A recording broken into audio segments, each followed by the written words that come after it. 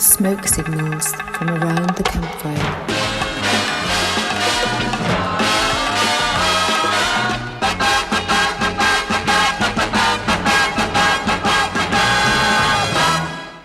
And we're moving into the section of the programme which is Reimagining the World Post-Coronavirus.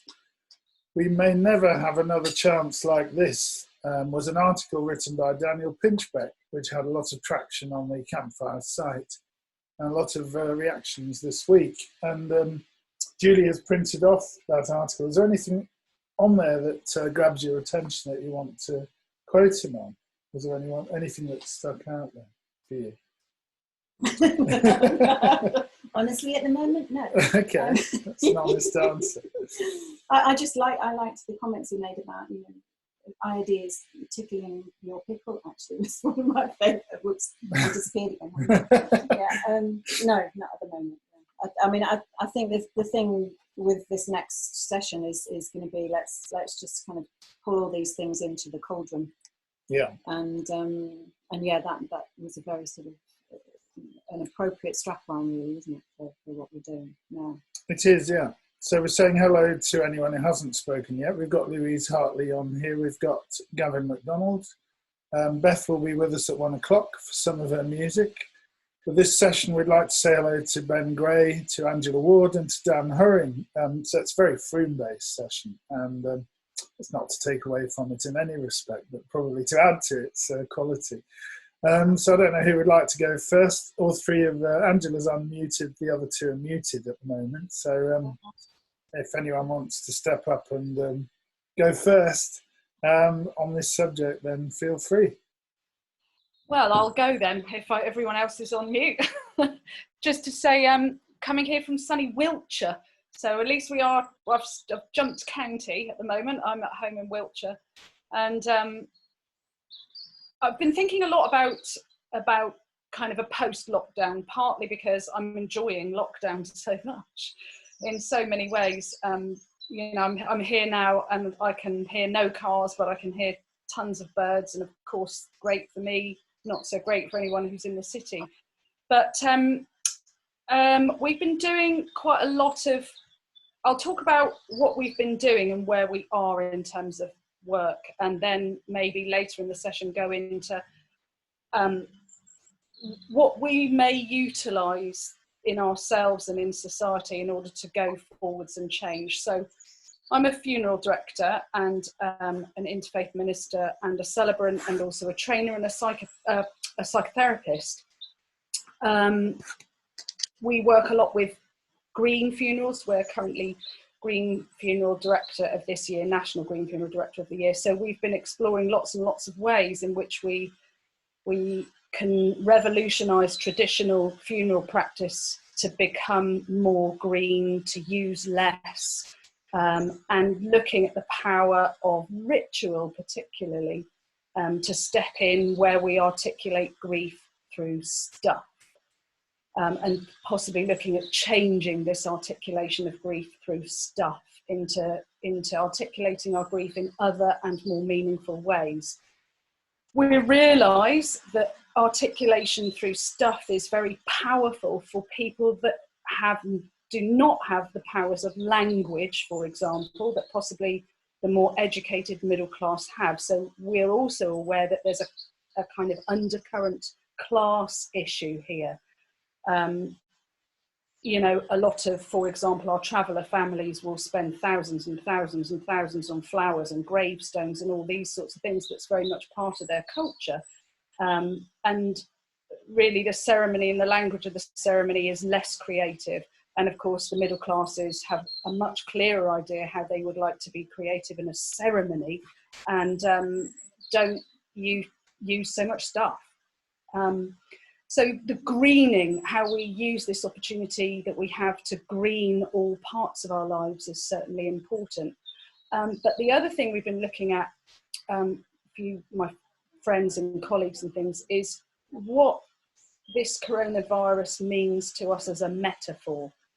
So in my work as a healer and a homeopath many years ago, we always looked at this idea of the vital force of the earth attempting to keep itself in balance and health. So whatever it produces in terms of symptoms is the best that it can do at the time in order to protect more vital functions. So, for example, a physical symptom may often be to prevent a more damaging symptom on another level. So often disease is trying to speak to us about how we need to change our lives and what needs to change. So, for example, the person that works 17 hours a day, drinks 12 cups of coffee, may have a heart attack that's saying you need to think about how you're living. So symptoms and pain are always an indication of the body or the earth saying to us, okay, you need to shift something here because you're not balanced. So what does this mean, this virus, pandemically to us as a planet and a species about where we are? Because the coronavirus also has a right to life. It is a part of our web of life. It is not something that we talk about it in war terms, battles, wars, fight the virus, we need to kill it, which is very much our human way. When someone gets in the way or something gets in the way, we destroy it. We want to control it. We want to control nature. And our governing metaphor is about controlling nature. And it comes deeply from the sense of fear of death and pain. We have this overwhelming need to control the processes of death. And this is coming out now, all our focus is on preserve human life to the extent that, we're not so bothered about economic systems or, look at our use of masks and plastic gloves. What on earth is going to happen to all of those in a couple of weeks' time? It's all about don't use plastic bags, but use plastic gloves. But it's being driven by this intense fear of death and mortality. But what is this virus trying to say to us about how we need to change? Now, I was at a very interesting workshop yesterday. I'm also an astrologer. And one of the things that's really powerful at the moment has been the Saturn-Pluto conjunction in Capricorn, which all astrologers have been flagging up for years as the big moment that happened on January the 12th. Everyone has been saying it. Sun, Mercury, Ceres, Pluto, Saturn, and then coming up to Jupiter have been this massive conjunction in Capricorn, which is an earth sign.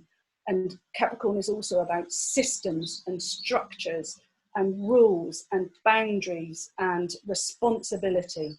And so all of us have been saying, what's going to happen? What's going to happen? Is it going to be a war? Is it going to be something? What's going to happen? Something's going to kick off big this year because Saturn and Jupiter and Pluto, they're all floating around at the end of Capricorn. Saturn has now just moved into Aquarius, which is also one of its ruling signs. So Saturn is very, very strong at the moment. So what does it mean? What does this virus, what is it showing us about ourselves that we can look at in order to move forwards? Well, one thing is quite clear. It's showing us about walls and boundaries. This is a big theme. So we've had Trump talking about his wall. We need to build a wall. We've had Brexit. We've had the possible rumblings of the collapse of the EU. We've had protectionism. We've had countries closing down their borders to free travel or immigration or asylum seekers. So walls and boundaries is a big thing. And this virus has created that on a personal level. We now have these huge barriers between us, social distancing, social isolation. So we're looking on the one level at an increased sense of isolation. This is one theme that is quite clearly being thrown up. And I think another theme that's being thrown up is this, if we think about these three words, respiration, inspiration, and spirit. Now, I think, Pete, we had this discussion, we had months ago about this crisis of imagination, that what's happening is that we're closing the walls of imagination. We have a crisis in thinking our way through things because of the way that society has started to limit our thoughts. So spirit and inspiration and respiration all have the same root word. Now, what we're having is a crisis of respiration, because we have a crisis of spirit and a crisis of inspiration. So this is another thing that's being thrown up for us right now. We need to be re-inspired in order to breathe. Now the air element is, Saturn is in Aquarius now, and this is all about moving into that. What does air mean? What does it mean symbolically? And of course, it's about communication and community, especially in Aquarius. It's looking about the structures that hold us as a society. So Leo, its opposite sign, is all about the individual, me, myself. I'm worth it, you're worth it, me, the big me. Aquarius is absolutely not that. It's about me and you and everyone. How do we all relate to each other, and what are our personal responsibilities as a unique individual, because they're a pair, Leo and Aquarius are a pair, to us, to the big global us, and Aquarius is the most global of them all. So we are going to see a big shift in the way that we deeply communicate with each other, so that it stops being about communication and it becomes about communing. And that's much deeper, how we commune with each other. And somebody was talking a moment ago about just being with someone in silence and looking into their eyes and have someone meet you and attune with you. And that's communion. What we're creating here is right at the front of this. There is no doubt about it. What's happening today and what, Pete, you've been creating with everyone is, I mean, you've anticipated it so beautifully. A deeper sense of communing and what really matters, where we can't be together physically, where what's being thrown up is how we really are together. How can we really be together? And that is popping up everywhere. You know, we're not less connected, we're more connected, but we realize how we can be connected in a new way. And of course, the digital and the technology is a part of that, because Aquarius rules that. Radio waves, airwaves, these deep sense of communication. So what's the virus telling us? What's it a metaphor for? Respiration, inspiration, and then the other side of that, ideas. Air's always about ideas. What If was Rob's great book that Pete, you passed on to me, which is fantastic. Thank you, Pete. Yes, what if? From what is to what if, and that is the metaphor of the change from Capricorn to Aquarius. Capricorn is about what is in its most manifest, its heaviest earth. What is tradition, rules, what's been, how have we been, how have we set into stone everything that we know? But Aquarius says, okay, what if? And it moves forward into possibility. So what will happen on the 21st of December is that Saturn and Jupiter move exactly together into 0 degrees Aquarius, and Saturn will not retrograde then back into Capricorn. And so I believe that at the end of this year, 21st of December, the solstice point, we will be in a different place, and we will have to be in a different place, ready for what will come. And this today is about imagining what that might be.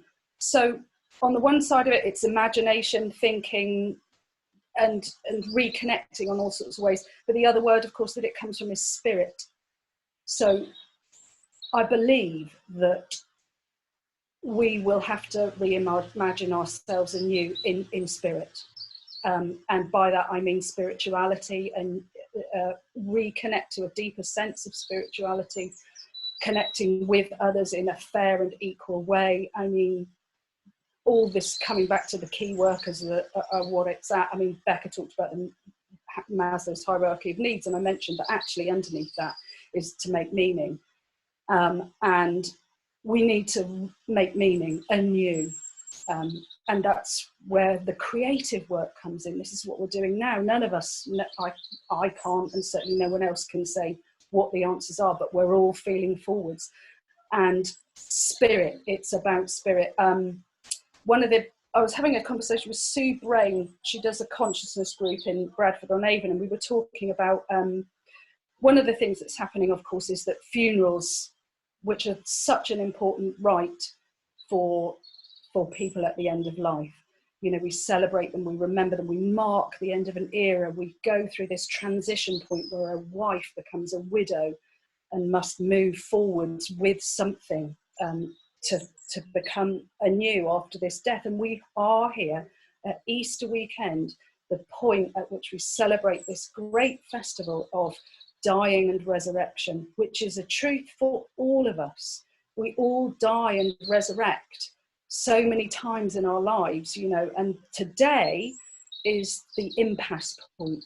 Today is Holy Saturday, where Jesus is dead and we don't know that he will resurrect. We're in impasse. We are in the grieving. The Inanna story reflects that too. Inanna is hung on her hook for 3 days before she's rescued and brought back to life. And this impasse point, this point of not knowing, the liminal space, what a powerful time to be having this festival right on that liminal day, where everything is potential, everything is possible. And we need to honour that liminal space in ourselves as the point of grieving, without knowing that there will be a resurrection, but somehow imagining how that might look. Brilliant, brilliant, Angela. Thank you very much for a very inspired introduction and littered with brilliant metaphor. Lots to think about. And yes, things have changed beyond recognition. It won't be going back to business as usual, because that was the problem. Yeah. So I don't know whether Ben or Dan would like to pick up from here. That's a hand up from Dan. Go for it. Is that right? Yep. Okay. Thank you. Haven't quite got as much as that to say at this moment, but I suppose the thing that's been in my mind, as Pete will know from the blog, is really around stories and narratives and so forth. That's been what's been live for me recently, because there's been so much narrative that I would say isn't empowering or particularly helpful that's out there in the consciousness of people in my scene, at the very least, around social media and so forth. There's been a lot of, I suppose we could say, negativity. I don't really want to utilise that word, but a lot of words, a lot of perspectives around control mechanisms, health crisis, alternative narratives about the health implications, 5G, etc., etc., etc. A lot of that taking place. Of those I know, and it seems to be quite a disempowering story that has taken root. Now, I'm really into the idea of narrative and story. It's interesting you held up Rob Hopkins' book there, because he's classically into that as well. He's brilliant around the importance of storytelling in our world. You know, we create futures through storytelling. You know, science fiction generally, but particularly science fiction, has always done that and has really affected us deep, far into the future, you know, in many ways. Like, you take Star Trek. Some people say that we're kind of living in a Star Trek world, really. Our version of the future has been dominated by that sci-fi vision of a techno utopia. Even our design thoughts and so forth have been influenced by these great science fiction minds of the past, futurists. So we're playing those narratives out. So there's a real key to how we write our future. And so for me, in the writing of the future, for me, the most valuable thing is to write futures that have outcomes that are positive for us as a people, rather than writing and focusing on narratives that have a dystopian ending. Now, a lot of fiction these days does focus around dystopia. It's obviously it's been in the consciousness for a long time. It's not like it's just come up now. If you think about young adult fiction in particular, which is largely written by people in their 30s and 40s and so forth, it's dystopian. That's the future we see, the Hunger Games of the world. I'm in my teenager's bedroom, I can look at the bookshelf here and it's all dystopian futures. None of them are a future that I'm looking forward to. So I'd love, this is an opportunity for me, for us to, obviously in this moment of stillness and breathing in, to rewrite stories, to think about the future, the stories we wish to tell going forward.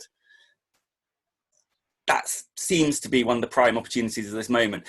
It's interesting, astrology is interesting. So for me, I utilize astrology because I don't know it well enough. I use the bits of it that fit my story, that add value to me, and you know, it's often the case that it does. I do believe that humans write these stories in some ways, and at the same time there's a dichotomy. There's a dichotomy between free will and destiny, as for instance. There's a dichotomy between, are we the storytellers in our lives, or is there other forces beyond ourselves that are writing stories that we're part of? Both potentially true. at the same time. So in terms of what this virus means and where it's going is potentially there's two options. One option is we're going exactly where we're always going to go with this, or we have an option to write different narratives right now, tell different stories and take a different path. I mean, the binary thing would be there's two paths. One is the status quo that was before, the returning to the normal. I read somewhere earlier today about a piece of graffiti in Hong Kong that says there's no returning to the normal was the problem in the first place. But that is, in a way, the easiest path to take. I can imagine it'd be very easy for us to come out of this and go, okay, well, what can we do? We can recreate the status quo, because the status quo is something we feel safe about. The status quo is something that might actually prove to be very difficult to recreate, but the natural inclination of it will be, okay, let's fund the banks, let's fund business, let the markets pull us out of this crisis. It may only be a small amount of people pushing that narrative, taking us down that path, but they're largely speaking the people with influence and power in the world. They are the power structures that currently exist. So there's a very strong pull potentially going that direction. Alternatively, there's another pull, again, probably most of the scenes we're involved in, we're pulling towards a change-making scene, a scene where social change is far preferable. And that feels very possible at this moment. People have been exposed to a different story for the first time in a generation or more, potentially 2 generations, since we've had this level of communal spirit, this level of awareness of our reliance upon each other. And what can come out of this, therefore, is that there's those experiences potentially being woven into an ongoing story. If you take World War II is interesting. So in crisis, we are able to take radical decisions and steps, as we know, as wartime shows us.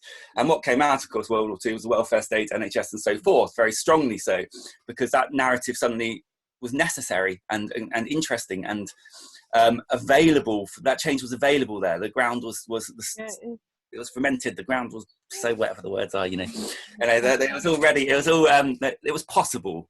So in this moment, what's possible? And I'm really interested, as well as stories, I'm really interested in the steps out of lockdown. So I'm sure we all share many elements of a utopian vision of what could be. It might take generations, it might take 5,000 years, but I think we probably all share a concept of where we wish to go in terms of a better world. In the meantime, we're here in lockdown. So I think going into lockdown in a way, like going to war, is a fairly easy thing to do. Coming out of it the other side, as we've discovered in Afghanistan, Iraq and so forth, is actually quite difficult. If you're talking about wartime footings and emergency marshal situations, how do you get out of something? The extrapolation from a situation. So that's quite interesting in terms of where we will go next. And that the steps we take on that path are likely to influence very much the place that we are hello, just on a call with us. The place that we are heading towards, and what shall be written in further future. So I'm interested in that transitionary period. So it's the period of instant, in terms of getting out of the lockdown. So lockdown, will we take it? Will it be stepped? Will it be immediate? Will it be a series of rolling lockdowns? Will it be vaccinations? What's the path? What's the way out immediately? And then what is the transitionary steps towards that word, new world order, terrible word, but nonetheless, the new world order that will have to exist post coronavirus. What are the steps there beyond that? And I think that's really fascinating. I was having a discussion with Sophie, my wife, about it. Universal basic income is obviously very up at the moment and very possible. I was talking about something that's been interesting me is obviously the protectionist nature of things at the moment. So talking about boundaries and things, it's like, so a friend recruits for sustainability jobs, and he was recruiting for GlaxoSmithKline just before this. And one of the things that he said instantly happened was that GlaxoSmithKline, for whatever reason, gets lots of its medicines from Saudi Arabia, lots of its normal pharmaceutical cosmetic products and so forth. And the moment this all kicked off, Saudi Arabia went, no, you can't have it. These are ours now. We're keeping all this. All our facilities are now going towards us because we can't risk sending everything away. And across the board, there is a potential of that with Brexit anyway, with immigrants, so forth, with the food systems or the farming systems. Suddenly, it was going to be difficult to get migrants anyway. With this, we have no immigrants to farm the fields, create the land army that's required, the 87,000 jobs that are required to pick the fields as they currently stand in this country. Now, if we go towards that protectionist edge, the danger is going to be that all countries, many countries do this. Global trade dries up. We have to feed ourselves more and more from our own country, and we have to shift suddenly into a radically different economy where people are suddenly needed in the fields, people are needed in the food systems, people are needed in key positions, and that's only one aspect of this. And how what I'd like to hope would be that we voluntarily step in as a race and say, okay, I step forward and I will help, I will assist, I will give my time and energy, so forth, into this societal need to produce food, farming, medicines, etc., whatever the key things are. That's a utopian-esque hope in many ways, that we will do that. Another story says, well, actually, we will look after ourselves and we look after our family units or our community or whatever it is that's around us that we have values around. Instead, we don't see that larger picture. It's difficult for us to necessarily see that larger picture of doing something for the good of all, altruistically. Universal basic income could be a step towards that. And so what we were discussing was, would it be, in that scenario, would it be necessary for people to be forced into forced is a terrible word, but legally required to step into the fields, the farms, these emergency positions, or would it be something we did voluntarily out of a sense of universal basic need? And for sure, the universal basic need aspect is where we need to go. And in the meantime, what are the transitionary steps to get there? Will there be legal requirements and so forth to do things? And is that even a positive thing? It was a really interesting conversation. We disagreed around it, and that was good. I'm going to get off now because I've spoken too long. So I'm going to pass to Ben. That's where I'm at the moment, thinking about the current transition to the news story. Smoke signals from around the campfire.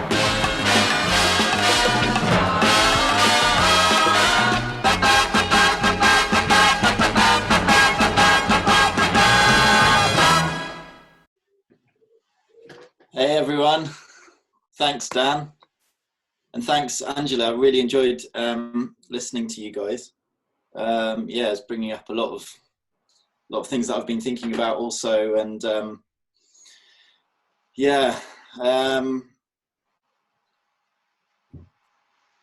I guess, you know, one thing that's going on for me personally at the moment. Okay, my daughter Ada's just cut her thumb, so yeah, needs a little bit of a cuddle.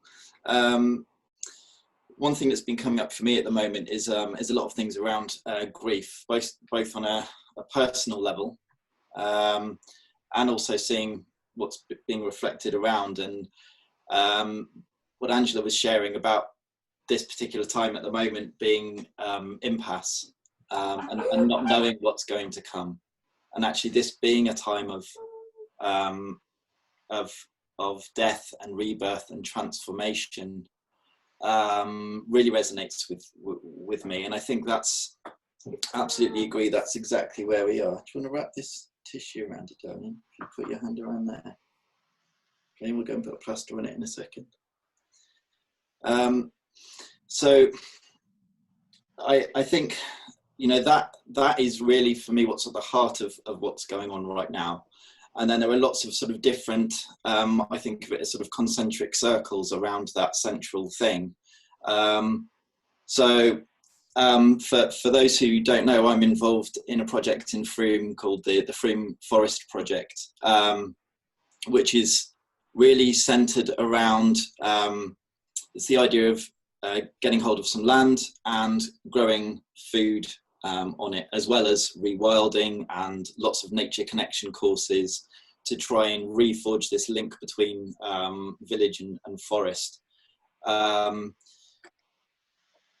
You know, one of the sort of central ideas around that is that I've spent a lot of time in nature, and I think that if our experience is that you know, the water that we drink comes from a tap, and you know, the food that we have comes from a supermarket. You know, some of you might be familiar with this analogy or this idea that, you know, you are going to defend that system to the death because you associate those things with your life. If your experience, however, is that your water comes from a river and that your food comes directly from the land, then you will fight for those systems. And I feel like there's a real kind of split in a way between which systems, you know, people identify with. And I think that really has to change. So I guess going back to that idea of the concentric circles, the one that I've been particularly looking at, although I completely resonate with, you know, Dan, what you're talking about with stories, yes, absolutely, it's so important.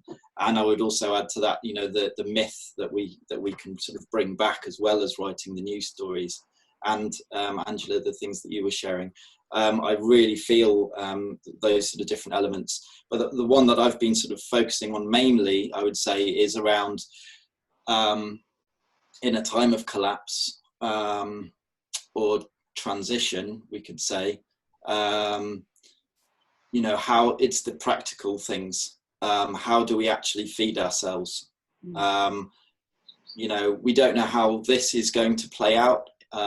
It might be that, you know, we sort of come out of this in some way. I'm not going to say return to normal, because I believe that's completely impossible. You know, everything in the universe is changing all of the time, of course, and we can never go back. The repercussions of this event culturally are huge, and they're seismic. Yeah, so we don't know how this is going to play out.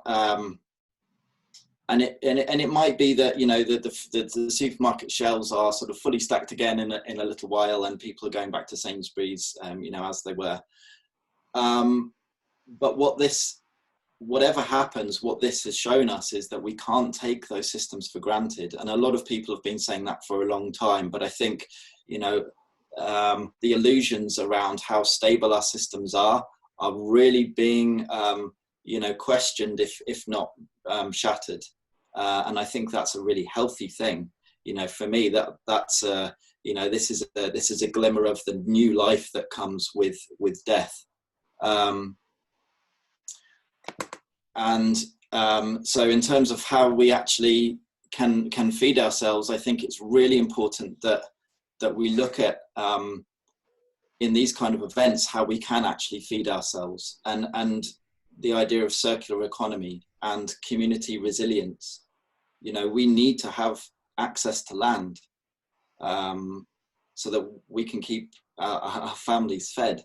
And we need to be asking those questions now. So for me, this is an amazing opportunity to really expand the narrative around this, because I think that people are you know, will be a lot more sort of open to listening and exploring these things, whereas perhaps before it would have sounded a little bit crazy to talk about, you know, needing to have a different system that we can sort of rely on.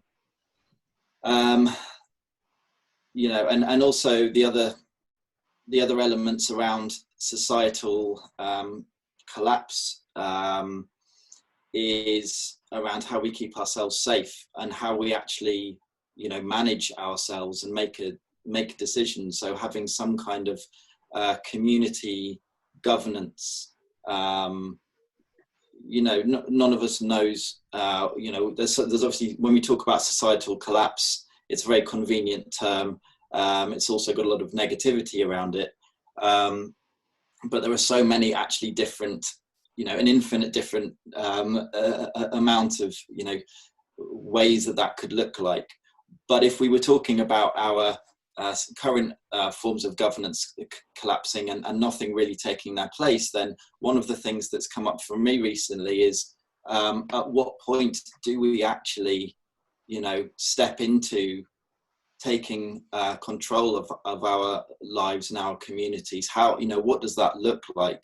I've been wondering here in Frome whether our town council have had discussions around this. I suspect not, because I think for a lot of people it's very triggering and it's quite scary and it sounds a little bit, you know, far-fetched still.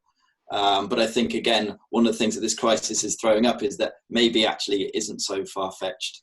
And, you know, what would it look like if we actually are looking after ourselves? And I think paving the way towards that is really building on community cohesion. You know, we've been seeing some fantastic examples of that already, I think.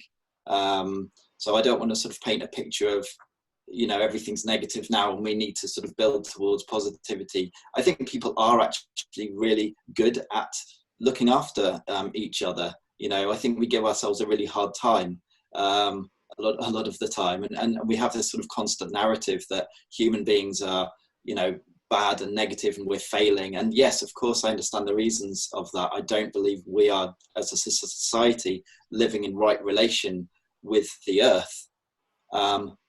And I would also say that as individuals, you know, we're all born knowing how to look after the animals in the garden. You know, we look after animals. We all do that naturally. And that is actually a natural human way of being. So we need to kind of remember who we are in all this. You know, we need to remember who we are as human beings, and that we are beautiful, that we're incredible, that we are capable of mind-blowing creativity and solving problems. And I feel like if we can't, you know, if we can't remember that, then we're in real trouble. Then we'll start to, you know, to sort of struggle to solve these problems that we have. You know, we need to remember to sing and dance and play. You know, these are really central things to all of this as well. You know, we need to reconnect with our sort of lover energy, the energy that we have as children. So yeah, that was quite a sort of long sort of rambling thing, but yeah, for me, the sort of most urgent thing and where I feel like I can personally be of service. I'm not going to say the most urgent thing because that's putting a judgment on it, but for me personally, where I feel like I can step in and offer something of myself, and my role in this is around the sort of circular economy, trying to make sure that actually we have a model for feeding ourselves, and within that model of feeding ourselves, we use that as a way of building up community cohesion, so that in the event of collapse and things breaking down, that the community has some faith and some trust and some connectedness, you know, some real connections that will carry us through. Yeah, that's sort of been where I've been at with my thinking. And apologies for the slightly sort of rambling nature. I'm actually still working at the moment and have been working long days on the screen. So yeah, I'm a little bit feeling that at the moment, but hopefully that makes some kind of sense. That's brilliant. Thanks to everyone for your talks. I think things are shifting so quickly at the moment. It's quite hard to get a perspective, and certainly, as everyone's intimated, nothing will be the same. Everything has changed. And how that plays out in terms of jobs and work and income and food and communities, housing, land, travel, holidays, politics, economics, all up for grabs, all up for change. I was just reflecting, thank you, Ben, because it really touched my heart with what you've shared, and it feels like I get words like, well, actually, it feels like we're stuck in the birth canal at the moment, you know, and things like initiation and the lack of initiation in our culture particularly really feels quite important to me. And so I'm exploring that a bit later, actually, when we talk about the Lighthouse for Learning. But there's something about, you know, humanity is in the midst of an initiation as well, you know. And Charles talks about it. We posted the coronation, his article, Charles Eisenstein's article, and it just reminded me when you were talking, because he says, now the question arises, initiation into what? You know, what is the specific nature and purpose of this initiation? And the popular name for the pandemic offers the clue: coronavirus, a corona being the crown. Novel coronavirus pandemic means for him a new coronation for all. And I think it's that sense of, you know, this is an opportunity to step into our own sovereignty and agency if we choose it. And Angela, I really loved the idea of, I find myself now on the 21st of December you know, and actually kind of wanting to dream that into being, and like we've woken up and we're all reconvening now. And what's life like? You know, what does the world look like and feel like now? You know, on the 21st of December. So I'm almost in an even bigger liminal space. But I think there's something about, you know, initiation here, and really, rather than it being that rough passage that I think we're in at the moment, how can we kind of reclaim ourselves and reclaim our sovereignty and actually go, right, okay, we want this initiation, you know, and to see what wants to happen through that, you know. Well, I think one of the lovely symbolic things that's certainly around, I mean, I was listening to Dan, totally loved what you're saying, because myth and story, of course, are so much part of astrology. I mean, the physics and the mechanics of it doesn't interest me. What interests me is that they are deeply human stories that carry through, as do the myths of Inanna and all these other wonderful myths. They resonate for me and they work for me. Are the polarities. So if we think about Cancer and Capricorn being a pair, and they're all about, Cancer is all about birth. So this is the birthing canal, if you like. Capricorn's always had this association with the Grim Reaper, the scythe, you know, old Father Time. But Aquarius and Leo, that's a different metaphors, and the coronation, not of the individual, but of us rather than me. Because that's absolutely what the polarity of Leo and Aquarius is about. Because, of course, Leo is the king, the queen.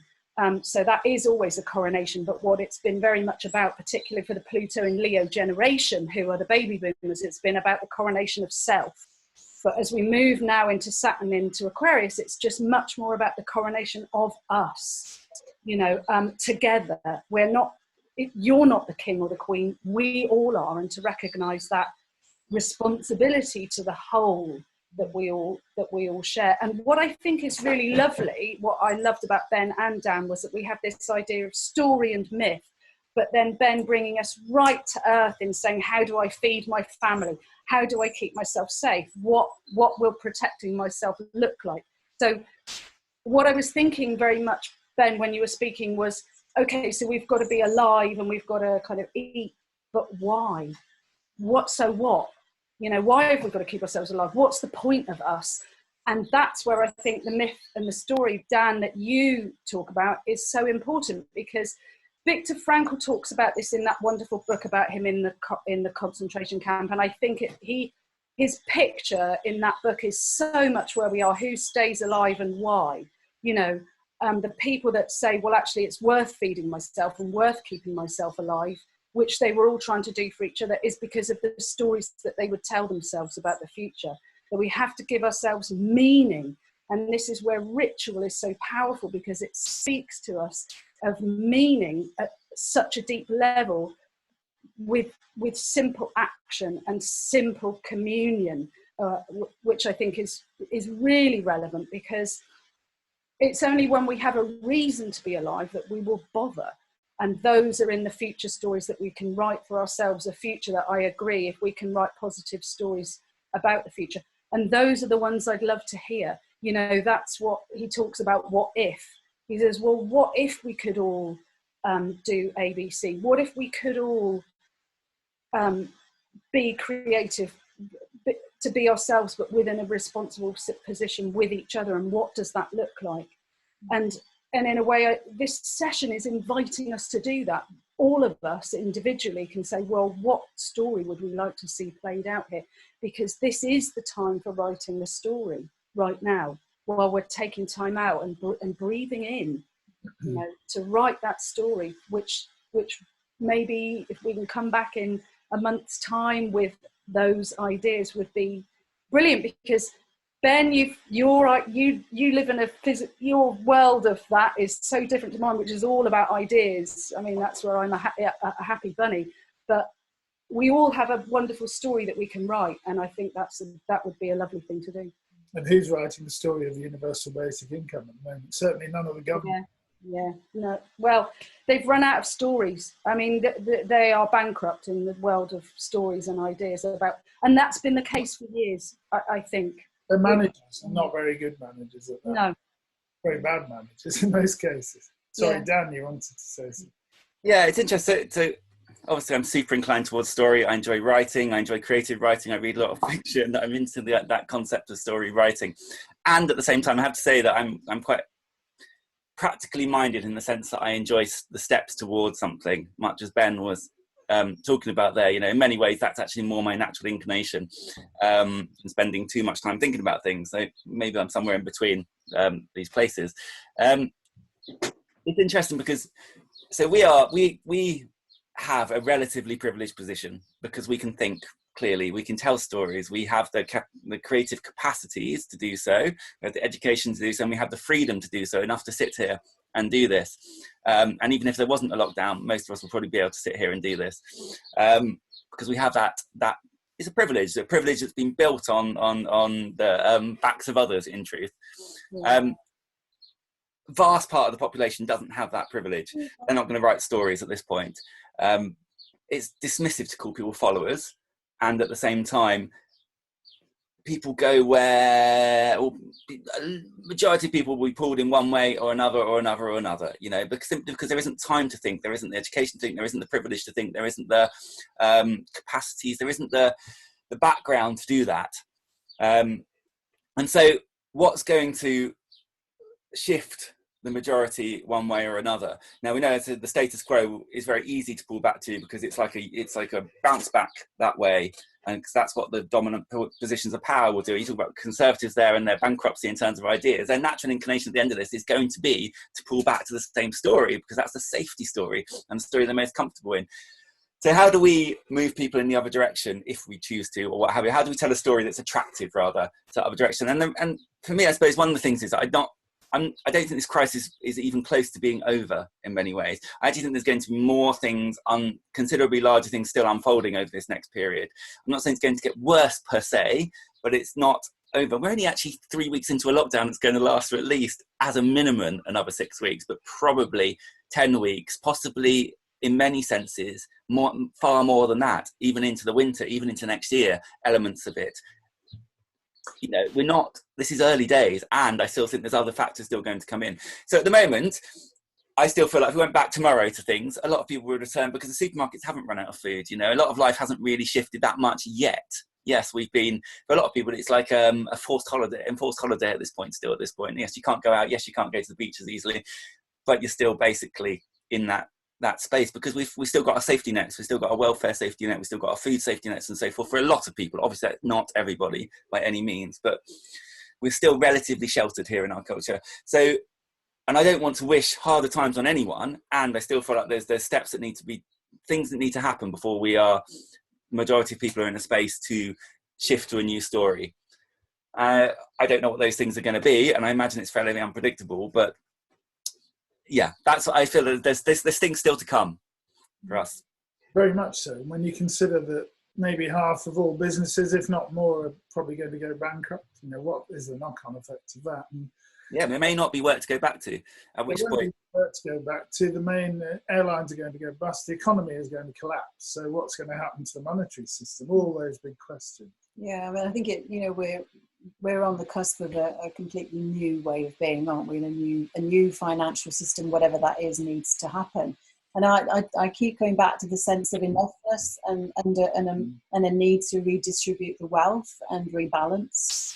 And you know, what is enough? You know, for everybody to have enough so that they actually can tap into their true genius that actually then enables them to be service to all, as opposed to service to self, because I think that's the shift at the moment. We're moving from service to self, individual, to service to all, to service to community, to service to the earth and the land, and it's painful, and it's going to be a little painful along the way, because that's what the birthing canal is, you know. So it's, yeah, what is enough, and how can we enable people to really, rather than feel like they're in a job for life that is makes them feel like they're in a square peg in a round hole. How can we really encourage people to express their true gifts, their genius,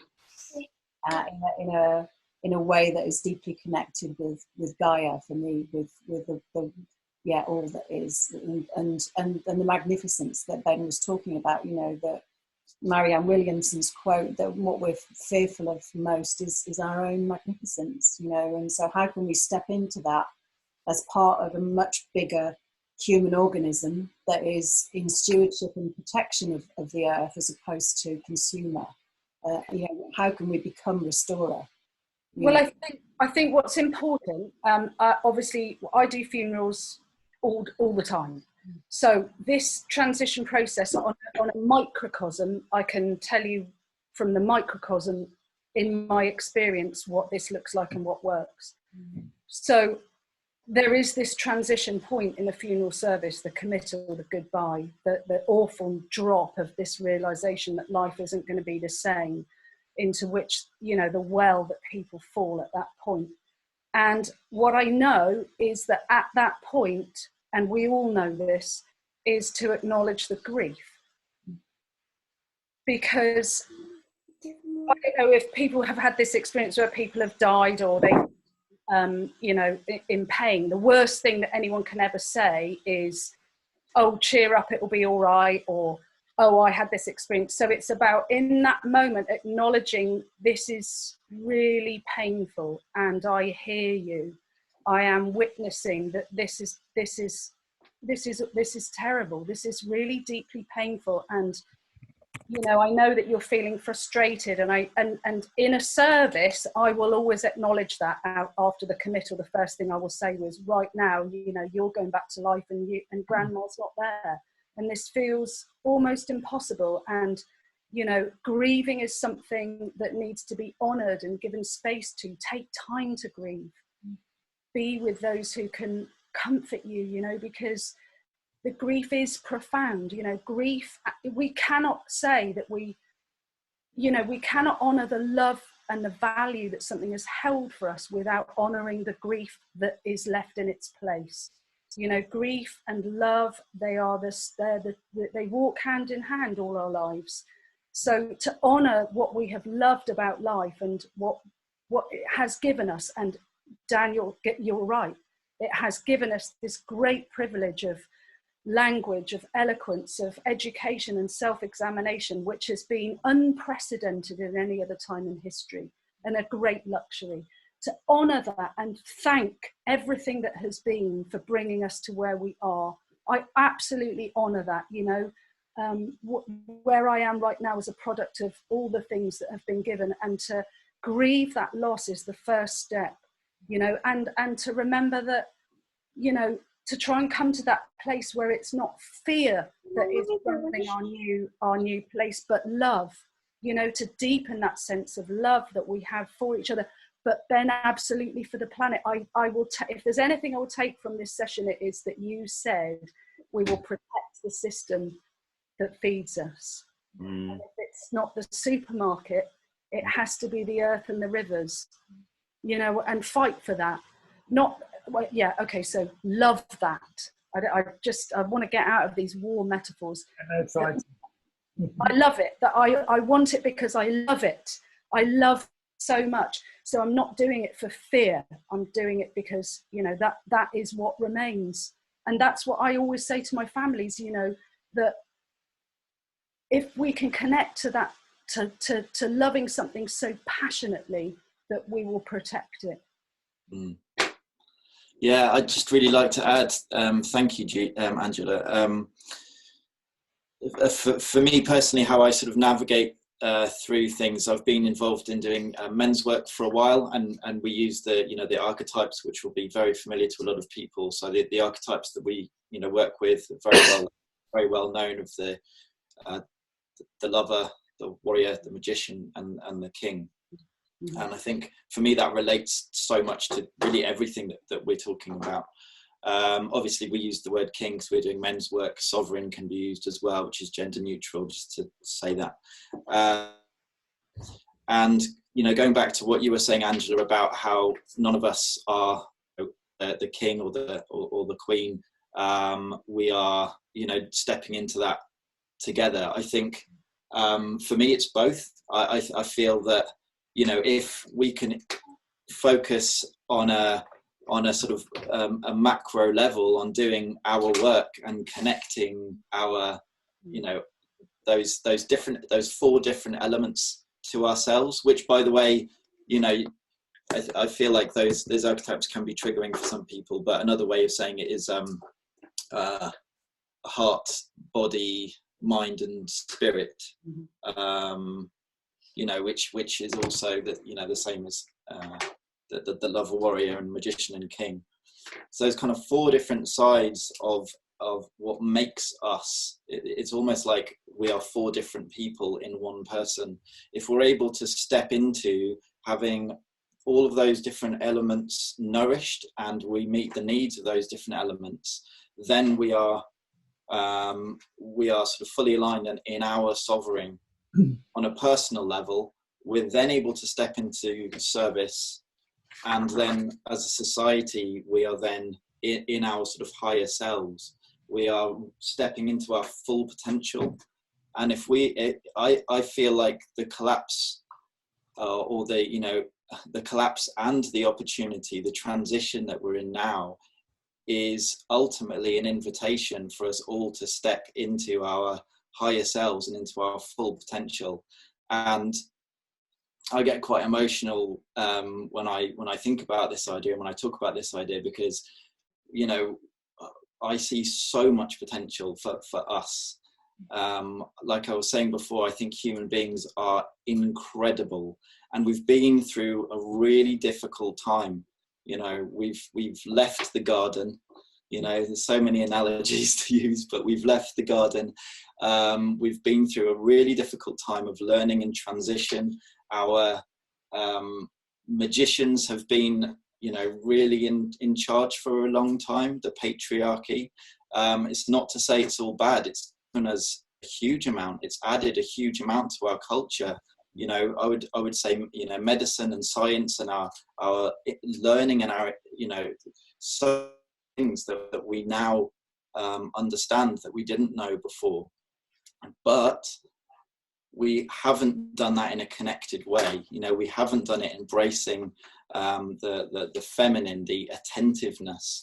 It's been very much about intention, this kind of masculine quality. We need to really connect with the feminine and the attentiveness and that sort of earth-based wisdom and our spirit side, so that we are I think you know what I'm saying. It's an opportunity to step into our higher selves, and and I just wanted to share one thing really quickly, if you will. It's this that any structure on the planet that's built upon deception and illusion is going to crumble. And right now, you know, we're in the fire of that. You know, all of these things are being tested, and death and birth are very closely related, where evolution is concerned. So that's what I wanted to end with. Thank you. Thanks, Ben. We're just about to tie up, so if I could just go around each of the three of you and say, if there's one thing you could wish into being immediately that would become a priority for you as part of this transition, what would it be? Oh, inspiration.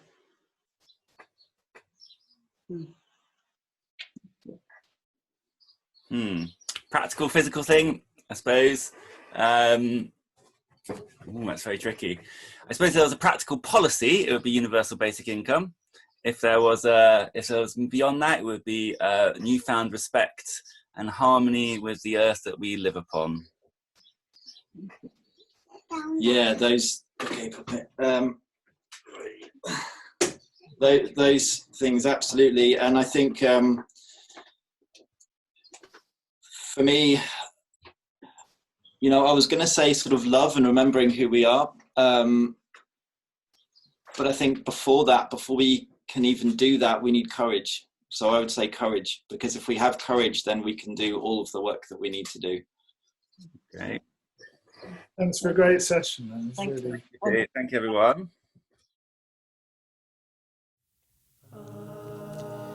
Now the question arises. Initiation into what? What is the specific nature and purpose of this initiation? The popular name for the pandemic offers a clue: coronavirus. A corona is a crown. novel coronavirus pandemic means a new coronation for all. Already we can feel the power of who we might become. A true sovereign does not run in fear from life or from death. A true sovereign does not dominate and conquer. That is the shadow archetype, the tyrant. The true sovereign serves the people, serves life, and respects the sovereignty of all people. The coronation marks the emergence of the unconscious into consciousness, the crystallization of chaos into order, the transcendence of compulsion into choice. We become the rulers of that which had ruled us. The new world order that the conspiracy theorists fear is a shadow of the glorious possibility available to sovereign beings. No longer the vassals of fear, we can bring order to the kingdom and build an intentional society on the love already shining through the cracks of the world of separation.